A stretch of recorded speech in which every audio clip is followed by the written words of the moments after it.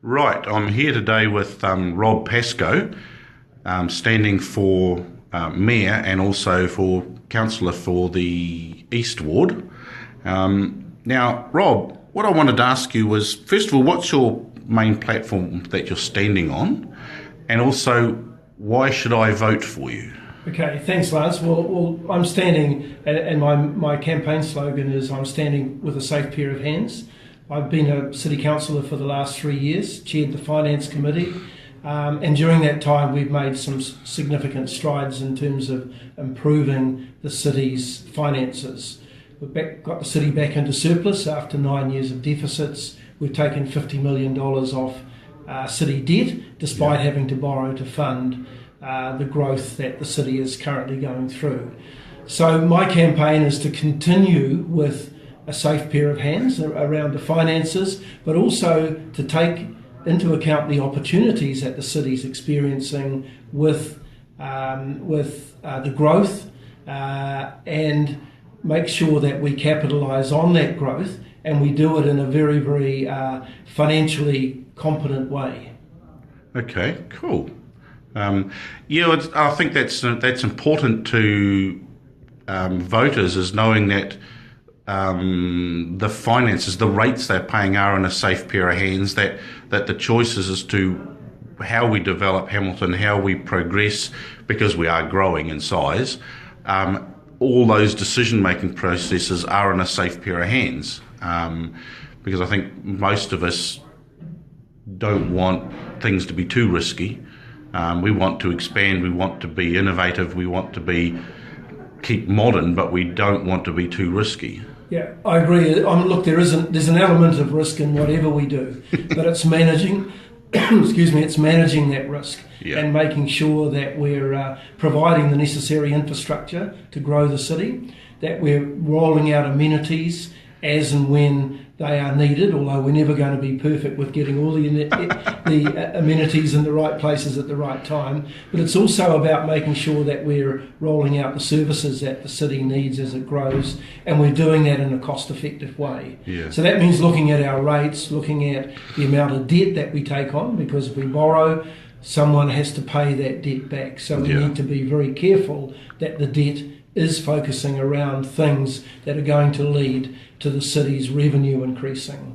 Yeah, that's cool. The other thing when you're talking about facilities, that I came up in a weird discussion with some people the other day, was public toilets, and unisex public toilets in particular, because there haven't been a lot of them. I know there's some going in down by the Riff Raff statue at the moment, which services that end, but there was some there to start with. But you've got the other end of town by, was it London Street? London Street, that's right. And you've got some in Frankton, but there aren't a lot for anyone who's out and about in the evenings. Yes, yeah.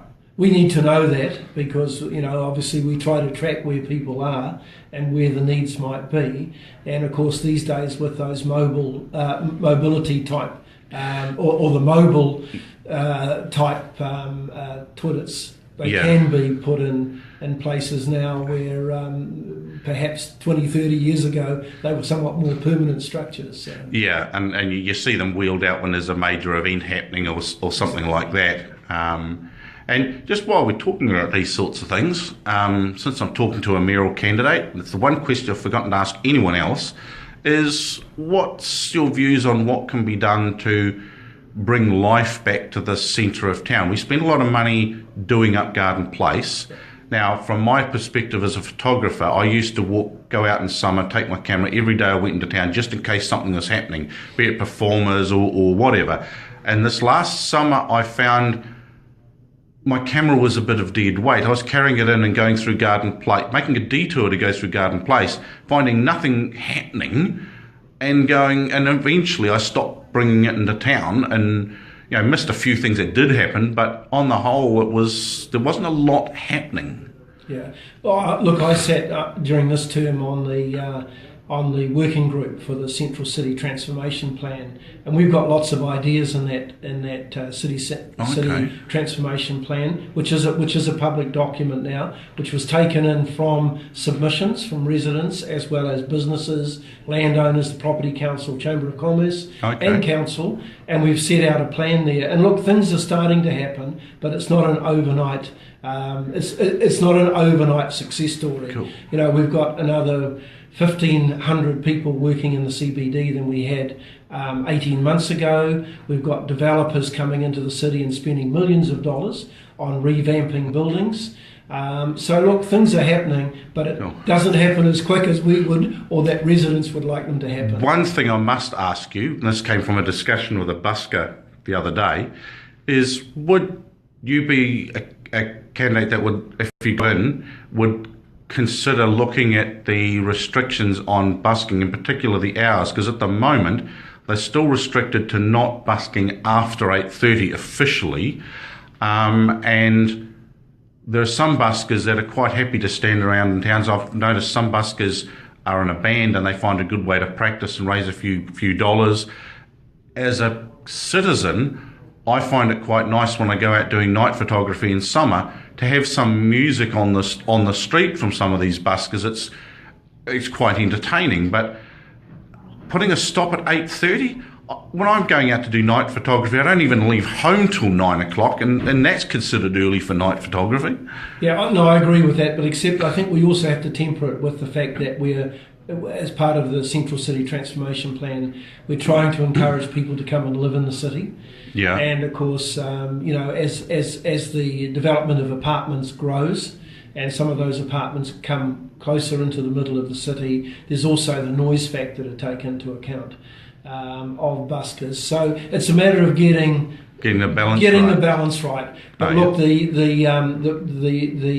bylaws are always up for review, and if there is significant reasons why the bylaw should be reviewed to increase those hours in certain locations, then why not? Why wouldn't we not want to look at it if it increases and improves the vibrancy of the city? Okay, so would you suggest to buskers that are interested in, and passionate about this to make a submission to council to re-look at those areas? I mean, the idea would be to come and talk to some councillors about it and see if they can get it back on the agenda for a look at, because it will involve going back and looking at the bylaw and what needs to be changed in the bylaw, so that there can be certainty for all parties. And that may mean going out for consultation as to where the buskers may be allowed to actually do their busking. Whereas I think at the moment there's pretty much